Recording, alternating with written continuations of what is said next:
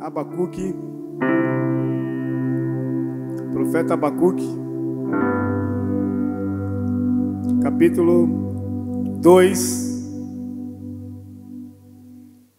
Abacuque, capítulo 2.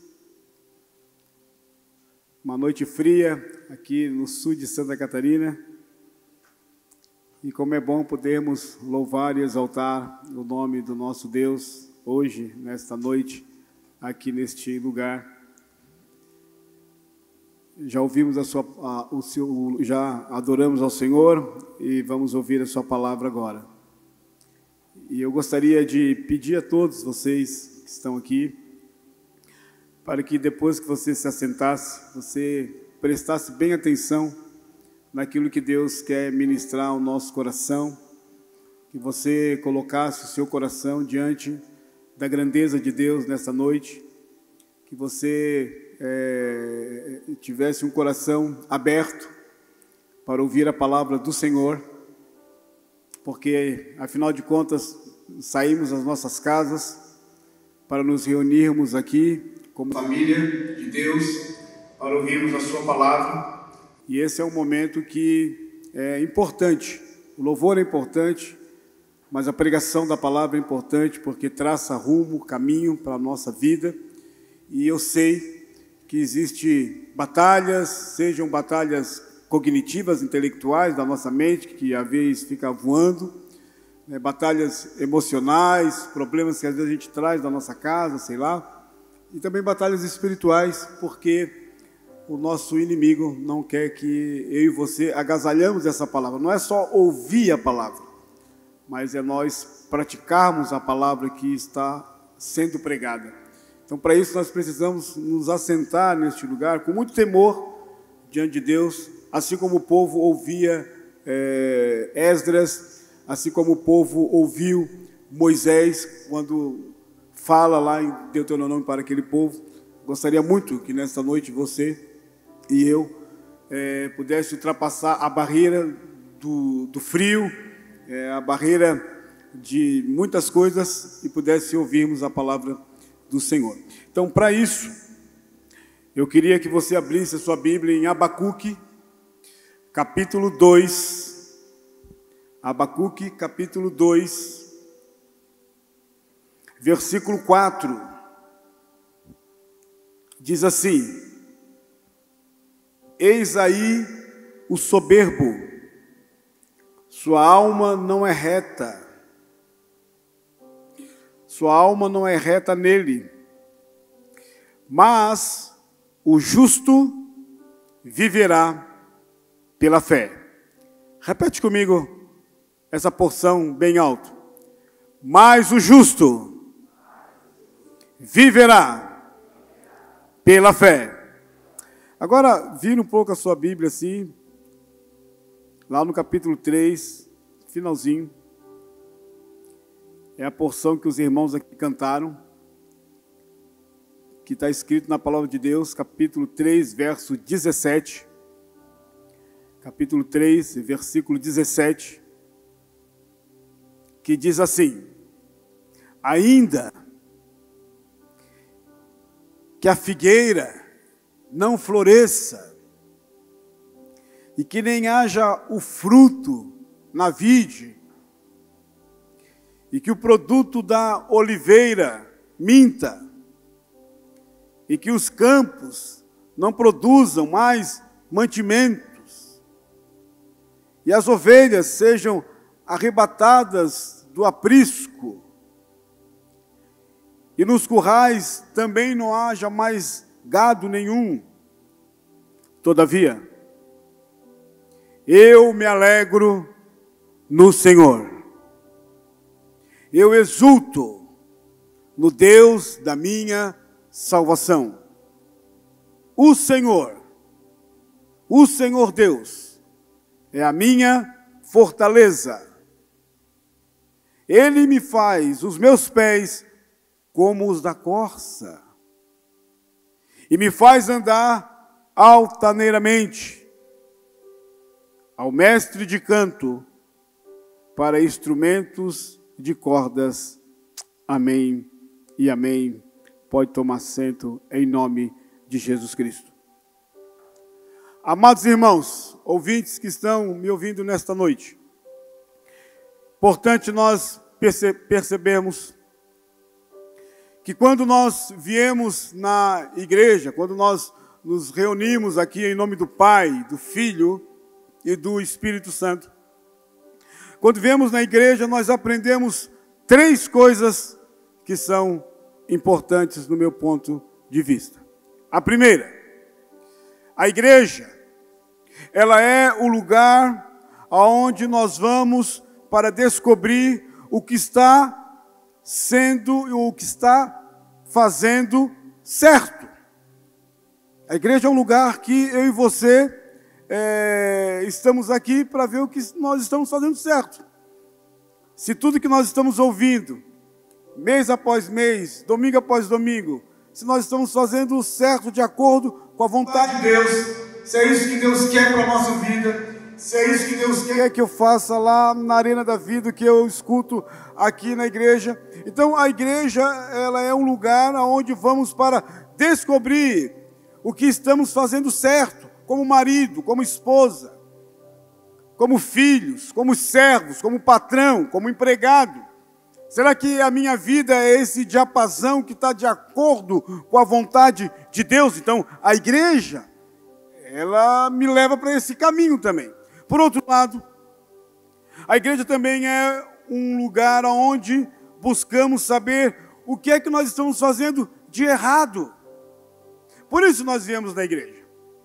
Nós viemos na igreja para a gente ser consertados por Deus. Nós viemos na igreja para a gente repensar, analisar, refletir o que é que eu estou fazendo de errado como pessoa. O que é que eu estou fazendo que não agrada a Deus. Por isso eu venho na igreja para que Deus me corrija, para que Deus me ajude, para que Deus me fortaleça.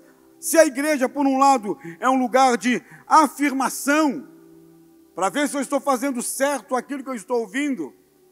Por outro lado, a igreja é também um lugar de correção.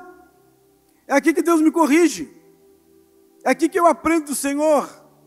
É aqui que Deus vai tirando as arestas, vai tirando o espinho da minha alma, do meu coração, vai abrindo a minha visão para que eu possa contemplar a sua vontade. Então a igreja, ela é um lugar de correção, mas ao mesmo tempo, a igreja também é um lugar onde nós ouvimos a palavra do Senhor, onde nós ouvimos as promessas de Deus para a nossa vida. Logo, é importante virmos à igreja ouvir a palavra de Deus, porque a igreja é um lugar de motivação. Quantas pessoas que já entraram por essa porta desmotivados, abatidos, quantos casamentos que já entraram por essa porta só num fio, quantos jovens já entraram por essa porta querendo desistir e de repente ouve a palavra de Deus. E a palavra de Deus, ela não é uma literatura, a palavra de Deus, ela não é um livro humano, a palavra de Deus, ela é espiritual, ela é inspirada pelo Espírito. Então essa palavra me motiva. Essa palavra é uma mola que me arremessa para Deus, quando eu escuto, quando eu ouço a palavra de Deus. Então, a igreja, de modo sintético, ela me leva para 3 caminhos. Primeiro, a igreja, ela é um lugar de afirmação. A igreja, ela é um lugar de correção. A igreja, ela é um lugar de motivação. Deus me motiva pela sua palavra. Deus me ajuda a eu compreender a sua vontade, quando eu ouço a sua palavra, as suas promessas que estão contidas e espalhadas, tanto no Antigo como no Novo Testamento. Então, ela me motiva, isso é importante para nós. Agora, o livro de Abacuque, ele é um livro pequeno, se você estudar na sua casa, ele contém 3 capítulos só, então ele é um livro curto, mas que nos transmite profundos ensinamentos para todos nós que estamos nessa noite aqui nesse lugar. E para nós termos assim, de maneira contextual, uma compreensão um pouco maior das palavras de Abacuque, nós precisamos conhecer o homem Abacuque. Pelo menos ter uma noção de quem é Abacuque, compreender a sua época, compreender o seu contexto histórico, compreender e entender a sua profecia que chega para nós hoje também. Então, a única vez que a Bíblia, a palavra do Senhor, fala do profeta Abacuque, é somente nesse livro aqui mesmo. Em outras partes que depois no Novo Testamento vai ser citado, mas o Abacuque aparece no capítulo 1 e também no capítulo 3, e o nome dele, Abacuque, ele significa no hebraico abraçar, ou alguns dizem lutar. Talvez o Isber, que é um estudioso também do Antigo Testamento, ele fala que ao mesmo tempo, sabendo que Deus iria julgar o seu povo, então Abacuque, ele se abraça, o próprio nome dele mostra isso para nós, ele se abraça pela fé nas promessas de Deus. E ao mesmo tempo, se nós formos olharmos para o outro ponto do nome de Abacuque, ele também lutou contra o declínio, preste atenção, o declínio espiritual do povo de Deus. Quando o povo de Deus está praticamente quase que dando as costas para Deus. Então, Abacuque, esse homem aqui, ele viveu num período complicado. Ele viveu num período difícil da história do povo de Deus. Ele viu os seus contemporâneos, ou seja, a sua geração, na verdade, dar as costas para Deus, vivendo o quê? Longe de Deus. Então, esse livro de Abacuque, ele mostra o drama do sofrimento humano, como também nos incentiva, eu e você, a confiarmos em Deus em meio à dor, em meio à tristeza e à angústia, em meio às lutas. Então, o livro nos ensina que nós devemos caminhar e confiar em Deus. Se você está com o seu livro aí aberto, você vai perceber já no capítulo 1 que o Abacuque, aqui nesse texto, eu acho importante, porque quero só dar uma síntese. Depois nós vamos entrar aqui nesses pontos que nós lemos. Mas para você compreender a força da palavra que foi lida aqui, você precisa entender por que ele falou isso.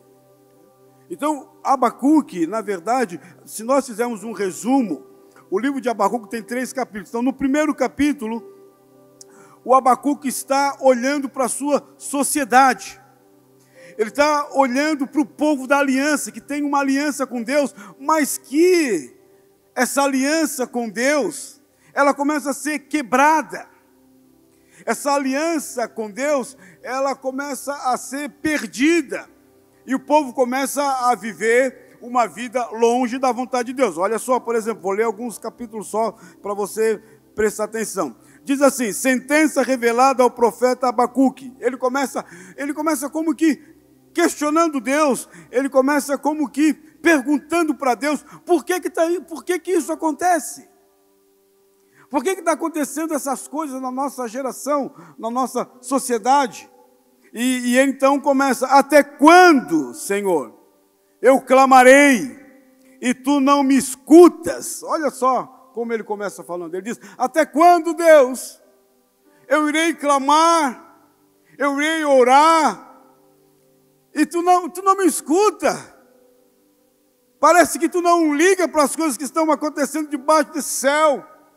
E Abacuque começa a dizer que ele está gritando. E ele grita por quê? Porque dentro da geração dele, começa a acontecer algumas coisas que são complicadíssimas. É uma geração violenta. Diz o Abacuque, está aí no texto, você pode ler aqui no capítulo 1. A geração de Abacuque é uma geração que está mergulhada na iniquidade, diz o texto. Mergulhada na opressão, diz o texto. Mergulhada na destruição, diz o texto.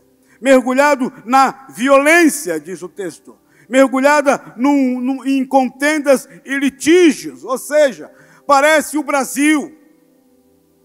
É uma geração que deixou Deus de lado e que por conta disso está sofrendo um caos social, está sofrendo um caos espiritual.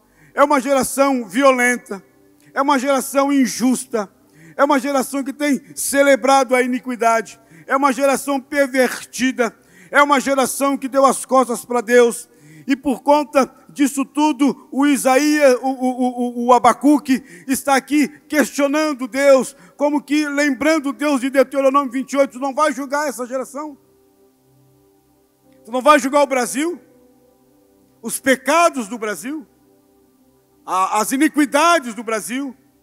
A injustiça social do Brasil? As coisas que as pessoas realizam nesse país na calada da noite?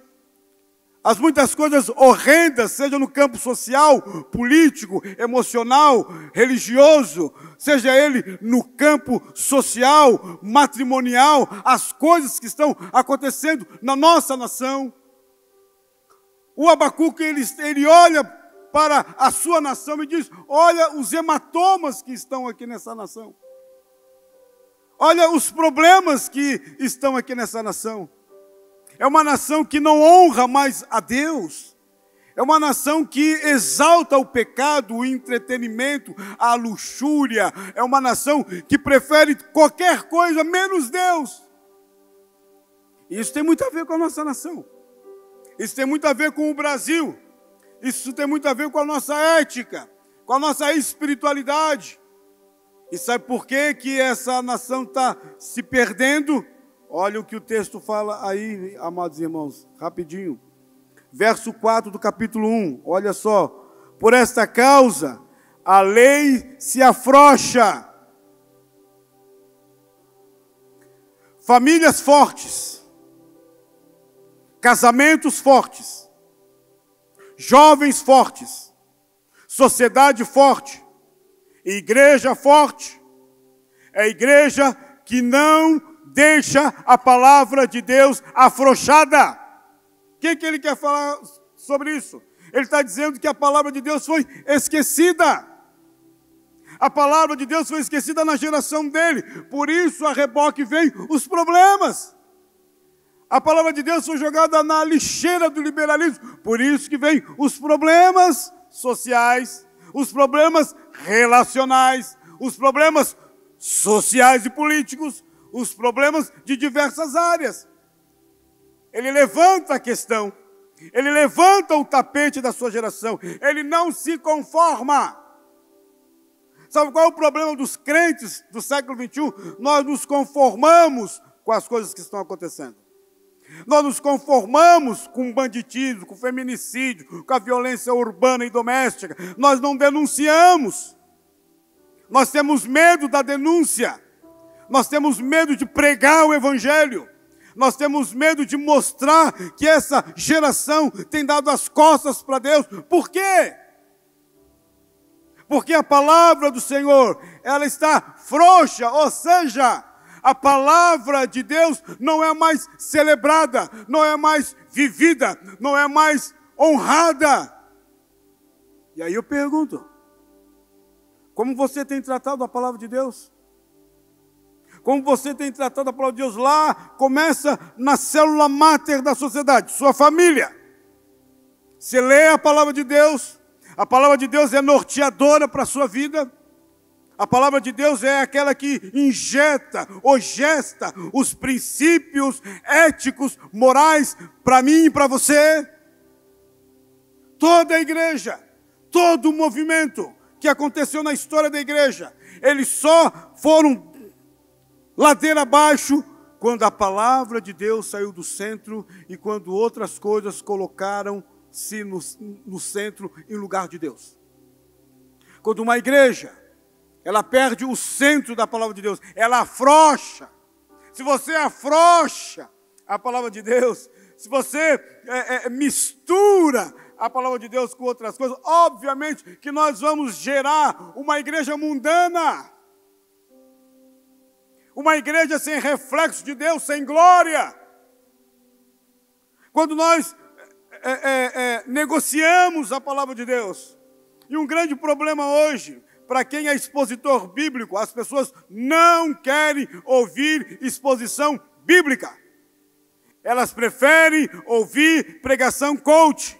Elas preferem ouvir teologia da prosperidade. Elas preferem ouvir outras coisas que deleiteiam a sua alma e o seu coração e não toquem na sua vida, e não toquem no seu pecado, e não toquem na sua ética, e não toquem na sua vida, e não toquem no seu casamento. Por isso que um expositor bíblico hoje, ele está praticamente sozinho.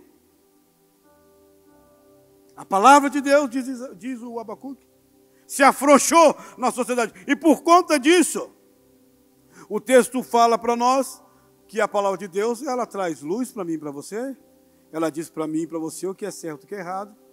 Tanto ela diz para a pessoa que é político, como ela diz para o professor, como ela diz para o advogado, como ela diz para o médico, como ela mostra toda a ética para todo mundo. Agora, se a palavra de Deus ela se afrouxa, primeiro, dentro da igreja, então a gente vai perceber tudo isso que o Abacuque aqui, já no primeiro capítulo dele, ele já mostra para nós o que está acontecendo na sociedade dele. Opressão. As pessoas estão oprimindo a outra por causa da ganância, por causa do vil dinheiro. Opressão. Iniquidade, pecado. As pessoas não têm mais nem vergonha de pecar. Olha os quadros que tem de entrevista na televisão. As pessoas falam de pecado, as pessoas falam de sexo, as pessoas falam de corrupção, de maneira lavada, sem nenhuma crise de consciência. Por quê? Porque nós perdemos a ética. Porque foi afrouxada a palavra de Deus. Porque a base moral, a base da ética na nossa nação não é mais a palavra de Deus, é o entretenimento, são os artistas, são os arquitetos dessa geração que falaram que tudo pode, tudo é liberal, você tem que ser feliz, vai em frente, não importa se é para pisar em cima do outro, pisa, o importante é a sua felicidade, o importante é o seu entretenimento, o importante é o seu prazer, o importante é você se sentir bem, a vida é curta, então aproveite, aproveite, aproveite. Essa é a base dessa geração pós-verdade. Então a geração do profeta Abacuque está passando por problemas. E o Abacuque, que é um homem de Deus, vai orar e diz: olha o que está acontecendo, Deus. Olha o que está acontecendo no Brasil. Olha o que está acontecendo com as coisas aí. Olha o que está acontecendo com as famílias. Olha o que está acontecendo com os nossos jovens. Você não vem, você não vai intervir. Então, a Bíblia fala para nós que Deus responde para Isaías, para Abacuque. Que Deus não está como a gente pensa. Deus perdeu a rédea desse mundo. Deus perdeu a história desse mundo. Não, Deus não está morto, como que é o Nietzsche. Deus, ele continua soberano, poderoso. Ele é o dono de tudo isso. Dessa troça toda aqui. É Ele que comanda, é Ele que tem a última palavra, é Ele que manda e desmanda. Deus continua eterno, soberano, digno de ser honrado, exaltado e glorificado. Ele fala na hora que Ele quer, quando Ele quer, no momento que Ele quer. E agora Ele quebra o lacre, Ele quebra o silêncio. Ele responde para o profeta, o Abacuque. Ele disse: vede entre as nações, olhai, maravilhai-vos, desvanecer, porque eu realizo em vossos dias obra tal, que vós não crereis quando for contado. Deus está respondendo para ele, para o Abacuque, responde para nós também. Talvez ele diga assim: mas o que está acontecendo? Parece que o mal triunfa. Cadê esse Deus que é bom? Cadê esse Deus que é bondoso, esse Deus de amor? Por que há tanta pobreza? Por que há tanta injustiça social? Por que 800 milhões de pessoas passam fome no mundo? Por que tantas guerras, tantas beligerâncias, tantos conflitos? Onde Deus está? Será que Ele está preso só aqui nessa estrutura eclesiástica? Será que Deus não está lá fora também, agindo? Onde tu estás, ó Deus? Será que o Senhor não vê as injustiças sociais dessa nação a partir de Brasília, a partir de Tubarão, a partir de qualquer ângulo dessa nação? Onde Deus está?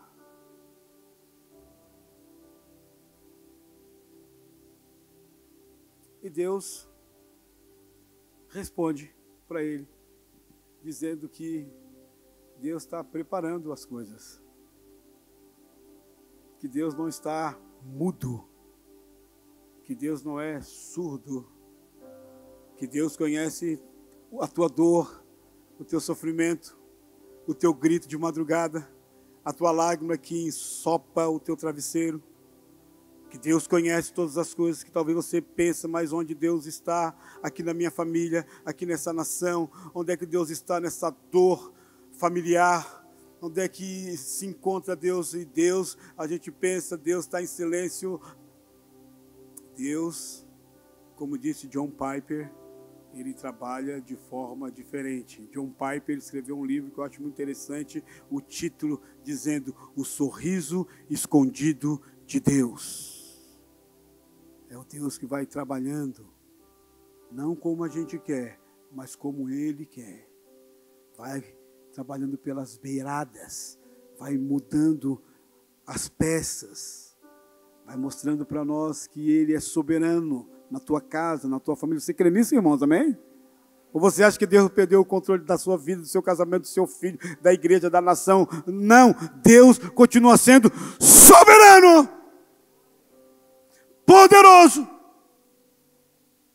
e que é um Deus tão gentleman, que Ele deixa o próprio profeta questioná-lo.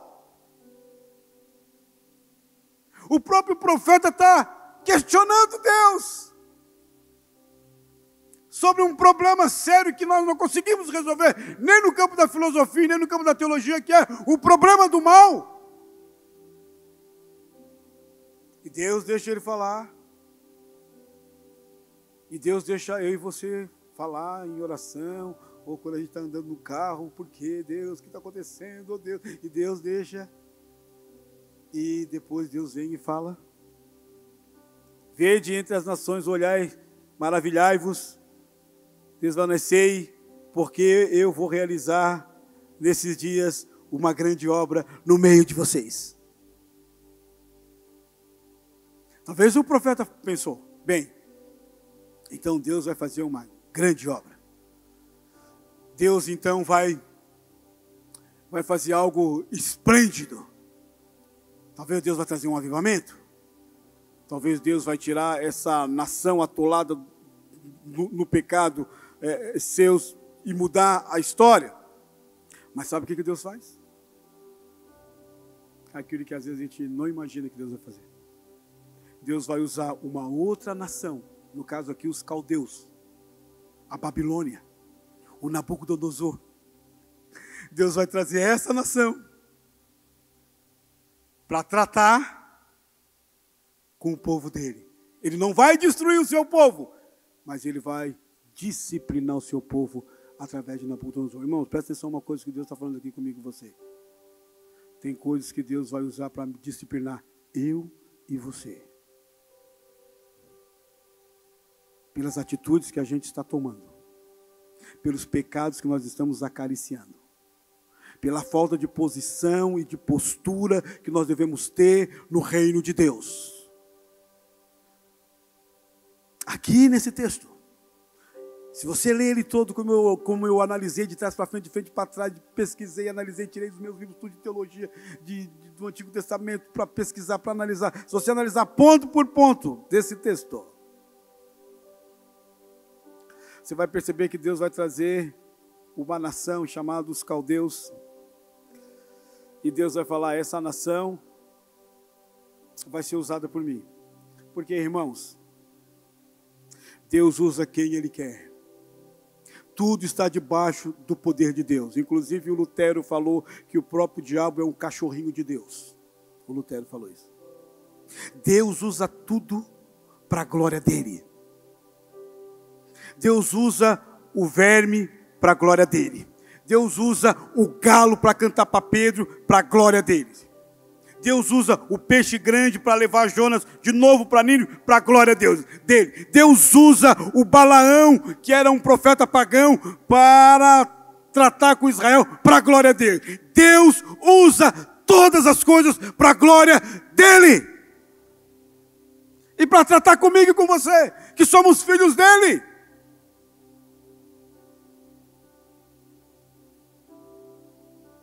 Deus está trazendo os caldeus. E Deus fala quem são os caldeus. Olha só. E isso vai trazer um problema sério para Isaías. Por isso que o texto que a gente leu aqui, que o justo viverá pela fé, por isso que o texto que a gente leu aqui, ainda que a figueira não floresça, só tem sentido se você compreender o contexto. Senão você canta e não entende o que está cantando. Senão você fala e não entende o que está falando. Então Deus fala para eles, olha só o que Deus fala. Daquelas pessoas que Deus vai usar para tratar com a nossa vida, para corrigir a nossa vida. Quem deseja que Deus corrija a sua vida, levanta a mão aí. Eu não, Senhor, que isso? Mas Deus corrige o filho que ama, irmão. Para eu e você crescermos. Vou perguntar de novo. Quem deseja que Deus corrija a sua vida, levanta a mão. Porque vai ser melhor do que está agora. Olha só quem era a pessoa que Deus... Claro que Deus não vai usar isso para vocês, tá? Eu estou usando aqui no contexto. Mas olha só quem é que Deus vai usar para tratar com o povo dele. Por isso que o Abacuque vai dizer, mas Deus, espera aí, tu está sendo injusto. Porque como que uma nação mais pagã vai ser canal de disciplina para nós que não somos tão pagãos assim? Está aí no texto. Olha quem é que Deus vai falar. Olha só, os seus cavalos são mais ligeiros do que os leopardos. Está falando do exército babilônico. Mais ferozes do que o lobo. Está falando que eles destroem. Ao anoitecer, são os seus cavaleiros que se espalham por toda parte. Quando o lobo tem fome, então é destruição. E ele vai falando, voam como águias. Está falando do exército. Eles voam como águias, que se precipitam a devorar. Eles todos vêm para fazer violência. O seu rosto suspira por seguir avante. Eles reúnem os cativos como areia. Reúnem todo mundo. Eles escarnecem dos reis, dos príncipes. São objetos do seu riso. Riem-se de todas as fortalezas, porque amontou terras. Tipo assim, amontou terra para subir até a fortaleza deles para destruí-los. Então passam como passa o vento e seguem. Fazem-se culpados. Esses cujo poder o seu Deus tem dado para eles. Essas são as pessoas que Deus vai levantar para tratar com o seu povo. E aí, então, o que acontece? O Abacuque, ele vai para a segunda parte do livro dele. Presta atenção, irmãos. Presta atenção aqui um pouquinho. Eu sei que está frio, mas presta atenção. A importância de, no meio da luta que nós estamos enfrentando, talvez você está enfrentando uma luta, seja ela uma doença, está enfrentando talvez uma luta, seja ela conjugal, está enfrentando uma luta pessoal, emocional, psicológica, espiritual, está enfrentando uma luta de qualquer ordem, não sei, mas a importância desse momento de nós compreendermos que Deus que nós servimos, que Deus que eu adoro, que Deus que eu saio da minha casa, alguns de carro, outros de sombrinha, num frio, na chuva, para vir aqui neste lugar, adorar o seu nome, louvar o seu nome e ouvir a sua palavra. Quem é esse Deus? Eu tenho que ter muito claro, muito nítido isso na minha cabeça. Olha só o que ele diz. Que o Deus que está falando tudo isso é o Deus que ele pode confiar, porque Deus disciplina, mas não destrói. Deus disciplina, mas fortalece. É igual o pai que disciplina o seu filho, mas tem projeto para o seu filho de crescimento. O pai disciplina, mas abraça. O pai disciplina, mas quer ver o crescimento do filho. Da mesma forma, Deus. E aí, o filho tem que conhecer o pai. E aqui, o profeta, ele fala para nós de Deus. Ele diz assim, ó. Deus, eu sei que no meio de tudo isso, no meio desse Brasil confuso, no meio desse Brasil polarizado, no meio de tanta injustiça, no meio de tanta crise, de todos os ângulos. Eu sei que Tu és eterno, Senhor. Eu sei que Tu continua para sempre. Passam governos, entra o governo, passa pastor, entra pastor, passa papa, entra papa, passa pessoas, entram pessoas, porque a nossa vida é finita, mas Tu, Senhor, Tu és um Deus eterno. O Moisés tinha 120 anos. Quem tem 120 anos aqui, levanta a mão, quer dar um beijo na testa. Porque, olha, você viveu bastante. O Moisés tinha 120 anos. E quando ele escreveu o Salmo 90, o salmo mais antigo da Bíblia, da sua lavra, ele diz: Senhor, Tu tens sido o nosso refúgio, de geração em geração, antes que os montes nascessem, ou que se formasse a terra. Ele diz: de eternidade a eternidade, Tu és Deus.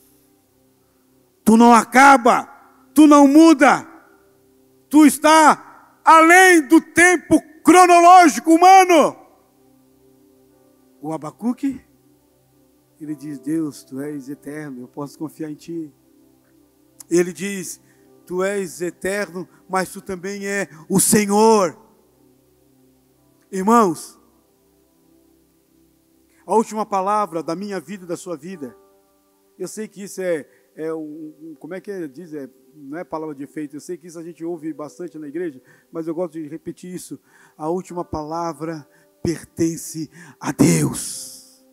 Ele é o Senhor, Ele é o Adonai, Ele é o Curios. O profeta aqui está muito seguro, ele diz: Senhor, Tu és eterno, Tu és o Senhor, Tu és Deus. Essa geração toda está encharcada de pecado, mas olha o que Deus diz: Tu és santo. Tu és santo. Claro, ele está pensando na lei. A lei em Números diz: sede santo como eu sou santo. Não tem como eu andar com Deus em pecado, não tem como eu andar com Deus da minha maneira, não tem como eu andar com Deus encharcado deste mundo tenebroso. Eu tenho que andar com Deus conforme Deus quer, e por isso que na Bíblia está escrito: sede santo como eu sou santo. E não está só no Antigo Testamento. O apóstolo Pedro traz isso para a sua epístola. E ele diz, assim como está escrito lá: sede santo, porque Deus é santo. Seja santo no seu olhar, seja santo na sua palavra, seja santo no seu pensamento, seja santo no seu bolso, seja santo no seu andar. Santidade é separar, santidade é glorificar e exaltar o nome desse Deus bendito. Então, o Abacuque, ele está dizendo: Senhor, Tu és santo. Tu és a minha rocha.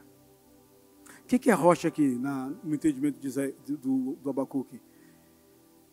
É um Deus que não muda, irmão. É um Deus que continua o mesmo. A gente muda. Muda o cabelo. Você viu aqui o meu cabelo como ficou legal?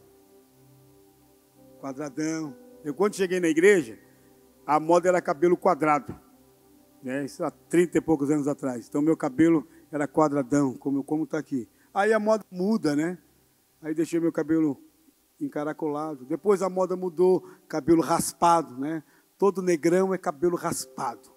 Na zero. Chegava lá no barbeiro, lá no cabeleireiro lá que corta o meu cabelo, ele dizia: e aí, pastor, 0 ou 0,6? Falamos: vamos com a 0,6. Para não ficar muito raspado, porque cabeça de negrão tem um problema, ele fica um pouco gordo aqui, ó. Então, fica meio... tem um bacon aqui. Então, deixa... não raspa geral. E aí depois eu comecei a pensar: vou deixar esse meu cabelo crescer. E aí ele foi crescendo, eu fui orando. Eu disse: Senhor, eu quero cabelo grande. Eu quero. Quem é careca aqui? Ora.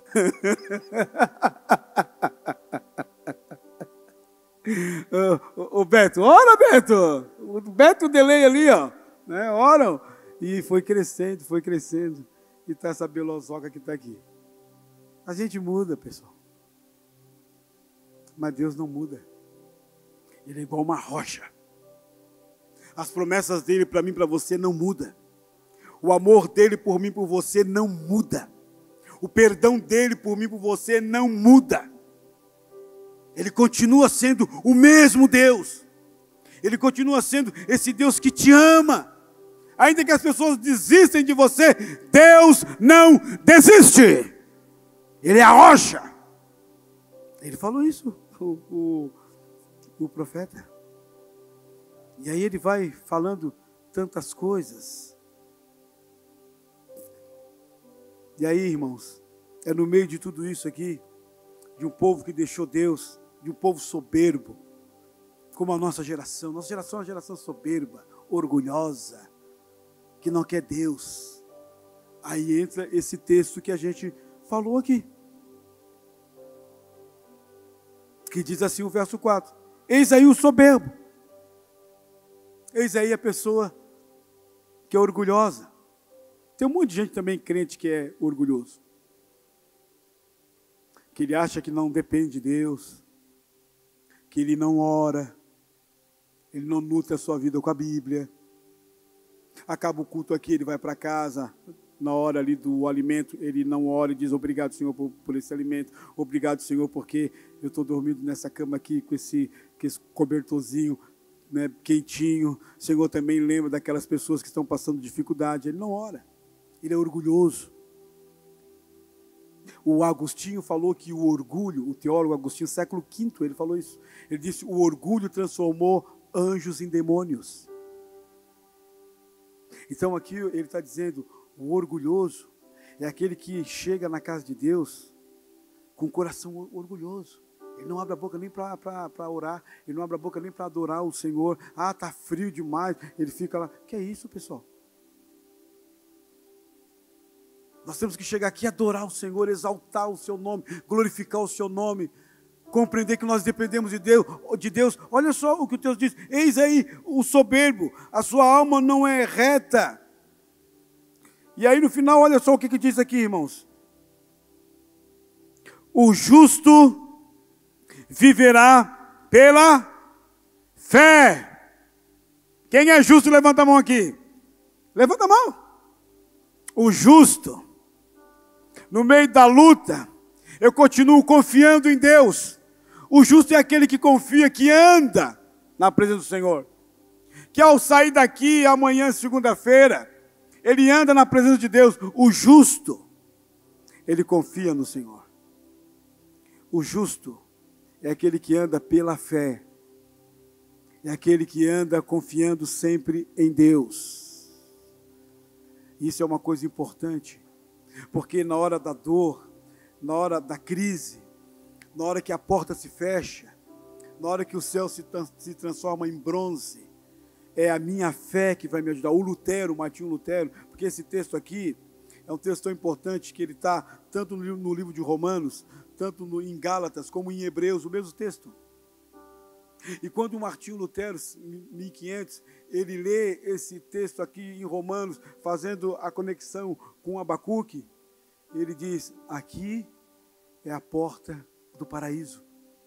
E aí ele então estabelece que a justificação, que o homem é justificado pela fé, não é pelas obras, não é por aquilo que eu faço, é aquilo que Deus fez por mim. O homem é justificado pela fé. Então eu ando de fé em fé. Eu venho na igreja pela fé.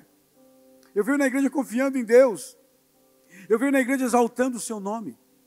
Então o justo, ele vive pela fé. Eu não sei como é que você está atravessando a sua vida, lá na sua casa, no seu trabalho, no seu serviço, não sei.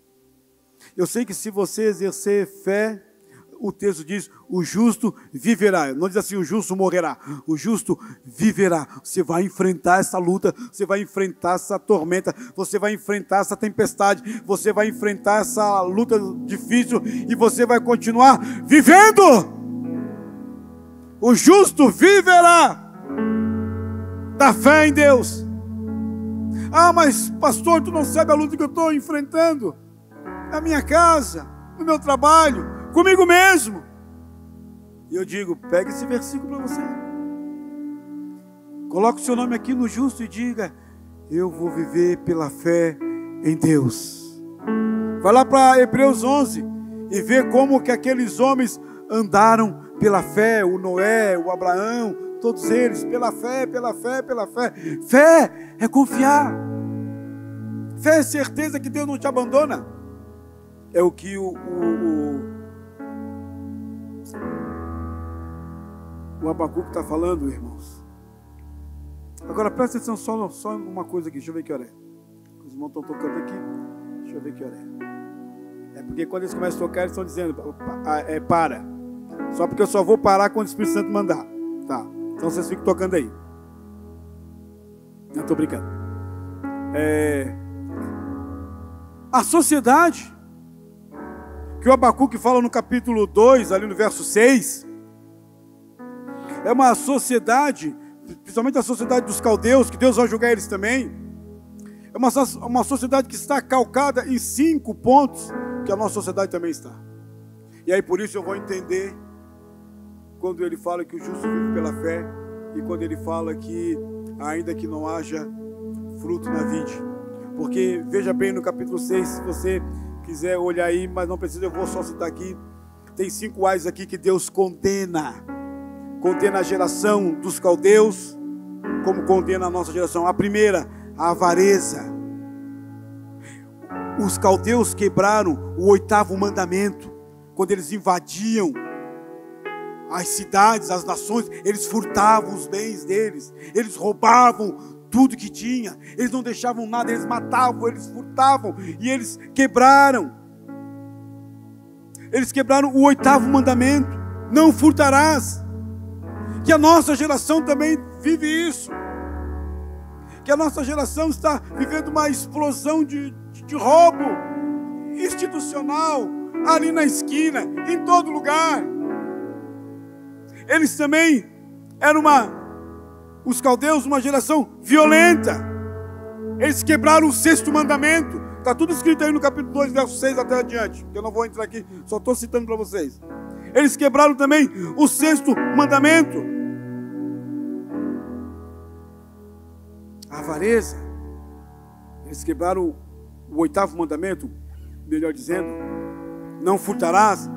Eles entravam nas nações e furtavam e roubavam tudo, o ouro, a prata, a casa, as roupas, deixavam as pessoas sem nada.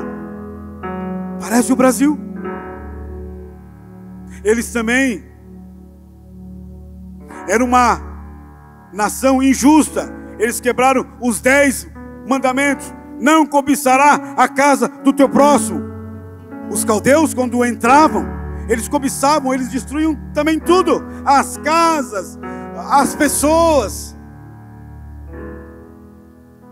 É a tal da injustiça social que hoje está tão forte no Brasil. Não importa o que acontece com você, o importante é a minha vida. Se eu estou bem e todo o meu grupo está bem, e todo o meu grupo que pensa como eu está bem, vocês que se viram. Então eles quebraram o 10º mandamento, mas eles quebraram também, amados irmãos, o 6º mandamento. Eles eram violentos. O 6º mandamento fala: não matarás. Quando os caldeus entravam nas cidades, a primeira coisa que eles tinham prazer de fazer era matar, era destruir. Matavam crianças, matavam mulheres grávidas, matavam idosos. Por isso que Deus falou: eu vou julgar vocês. Você acha que Deus não vai julgar a nossa geração? Deus julgou os caldeus. Eu vou mostrar aqui para vocês como é que Deus julgou os caldeus. Rapidinho, não vou demorar não. Porque eles começaram a quebrar mandamentos de Deus, como a nossa geração está quebrando. Como antes de vir para cá, eu vi aquele moço, ele matou a esposa com 23 anos. Deixou o filho de 6 e a outra de 8. E depois ele pegou o seu carro, ontem aconteceu isso, pegou o seu carro numa disparada na BR-101, e ele jogou o seu carro de frente para o caminhão, morreu também. É a geração, o Brasil é o país mais violento do mundo. Se mata com arma de fogo, mas com arma branca. Nós, como nação, temos quebrado também o 6º mandamento. Não matarás, é a violência institucionalizada na nossa nação chamada Brasil. Mas os caldeus também, eles quebraram o 9º mandamento, a sedução.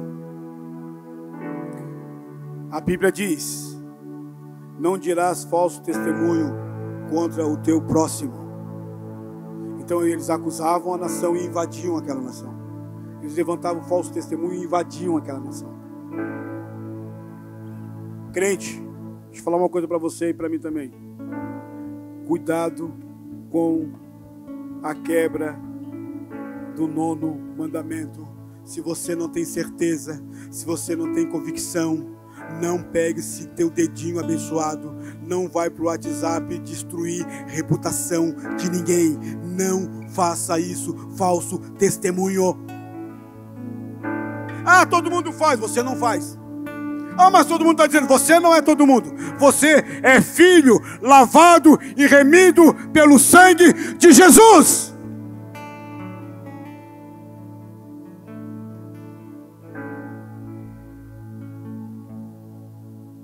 Eles seduziam com um discurso vazio. Eles seduziam e criavam um falso testemunho.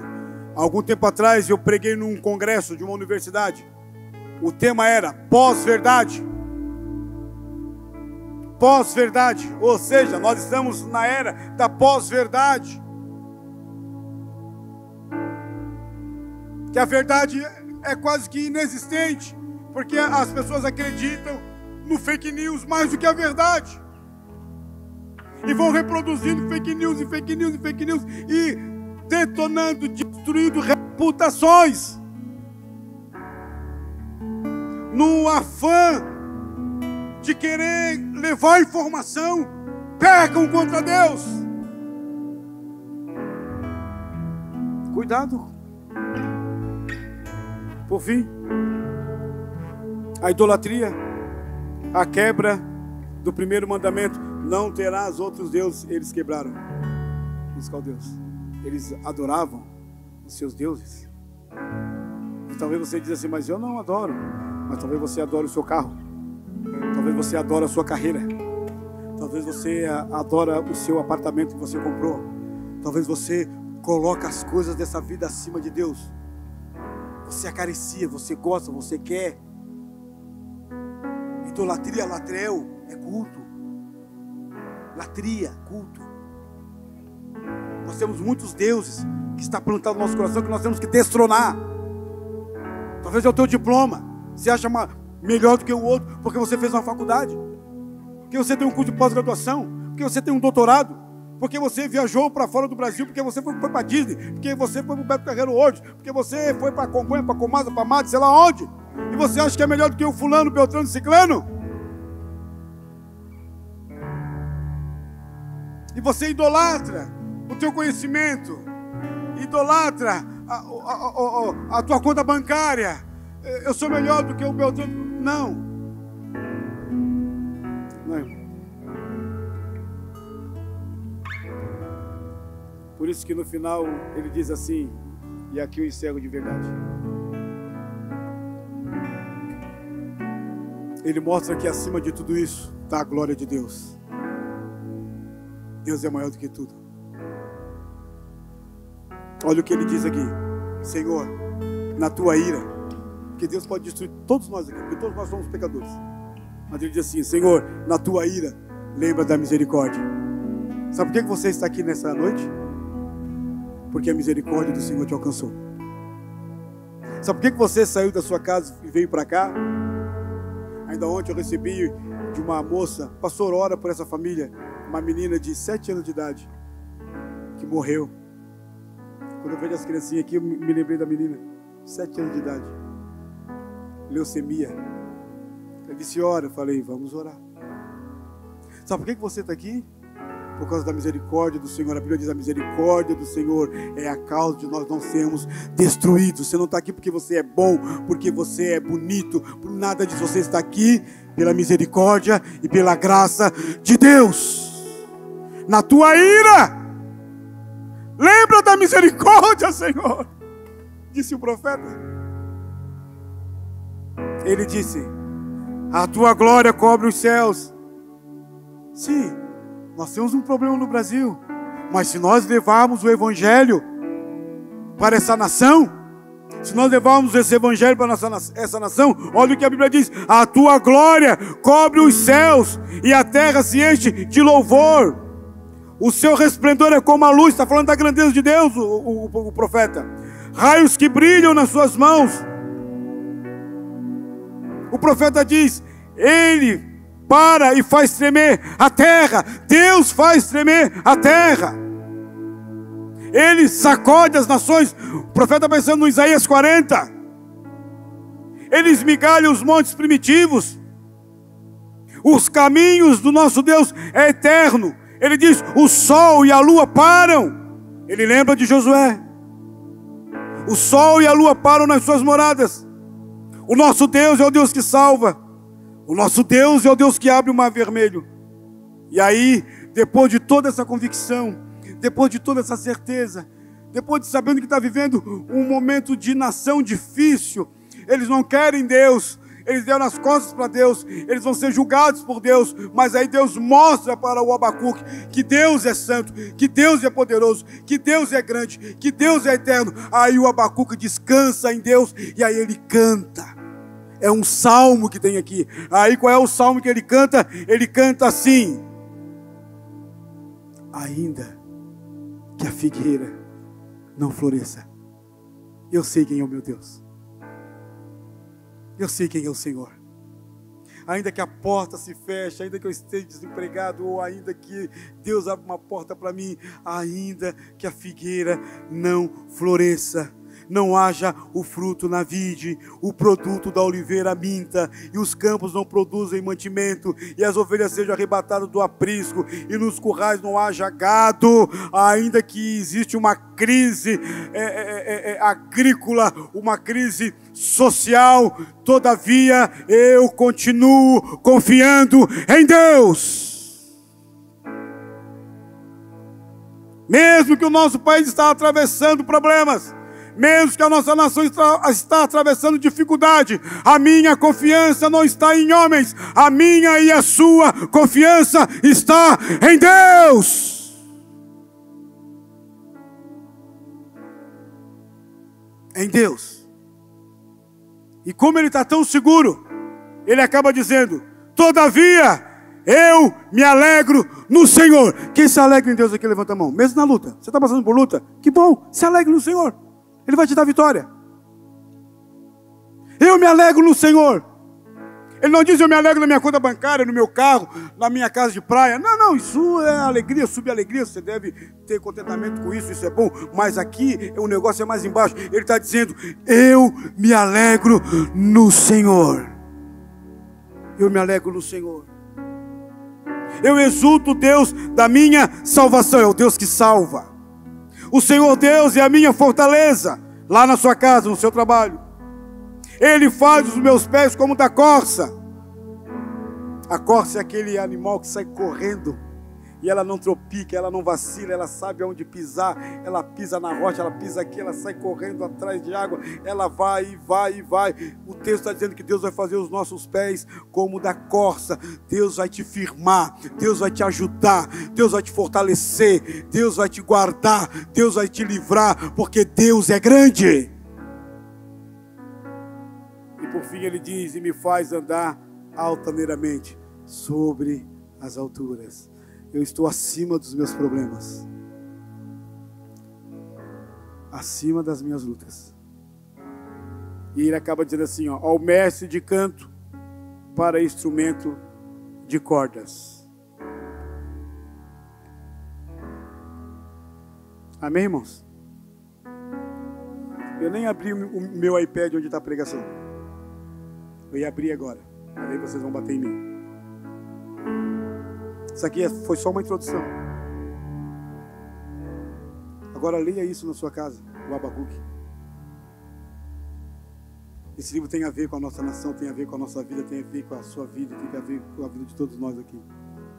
O justo viverá pela fé. É a fé que faz eu e você continuar. ainda que a figueira não floresça, meu Deus, parece que está tudo cinza, está tão difícil. Ele diz: todavia eu me alegro no Senhor.